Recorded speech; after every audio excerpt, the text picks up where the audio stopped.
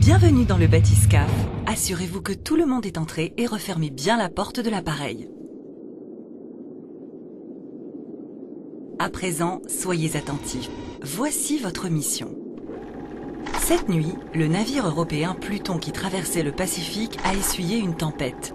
Il transportait à son bord une cargaison de fûts contenant des déchets toxiques. Au cours de cette tempête, 7 fûts sont tombés à la mer et ont sombré dans les abysses. Contrairement à ce que l'on pourrait croire, d'innombrables espèces vivent dans les profondeurs des océans. Ces déchets présentent un risque majeur pour la vie abyssale. Si leur contenu se répand, c'est une catastrophe écologique sans précédent. Votre mission est de trouver ces 7 fûts toxiques avant qu'ils ne se mettent à fuir et ne contaminent les écosystèmes fragiles du fond des mers.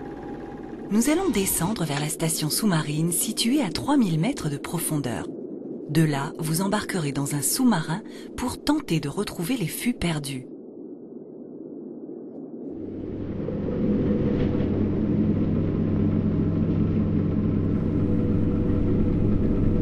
Comme vous pouvez le voir, à partir de 200 mètres, la lumière du soleil disparaît complètement. Avec elle, les algues et les plantes chlorophylliennes. La vie des grands fonds est exclusivement bactérienne ou animale. Si vous commencez à avoir un peu froid, c'est normal. Dans les profondeurs, la température chute.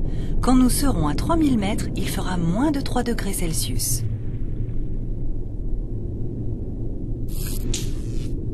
Oh, un problème d'électricité. C'est peut-être dû à l'humidité. Ah, regardez ces drôles de lumière, j'allais vous en parler. La majorité des animaux des grands fonds sont bioluminescents, c'est-à-dire qu'ils sont capables d'émettre de la lumière dans le noir. Même s'ils ont souvent l'allure de monstres féroces, les organismes des abysses sont généralement de petite taille. Oui, enfin, généralement.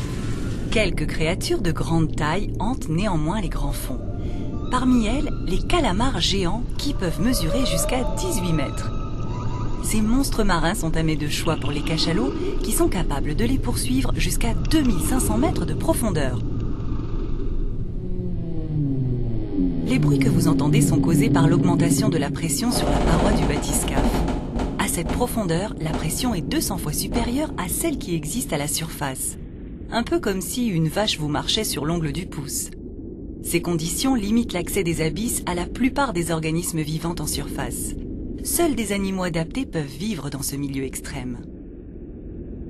Attendez, je crois que nous avons repéré le premier tonneau. Nous allons tenter de le récupérer.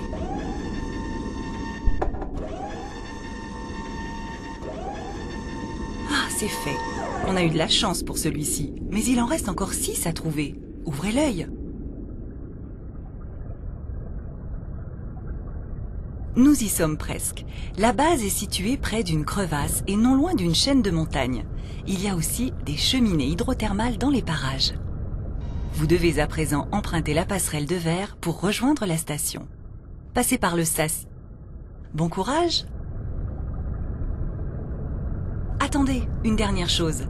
Vous risquez d'apercevoir d'autres organismes bioluminescents en traversant la passerelle. Ne vous laissez pas distraire.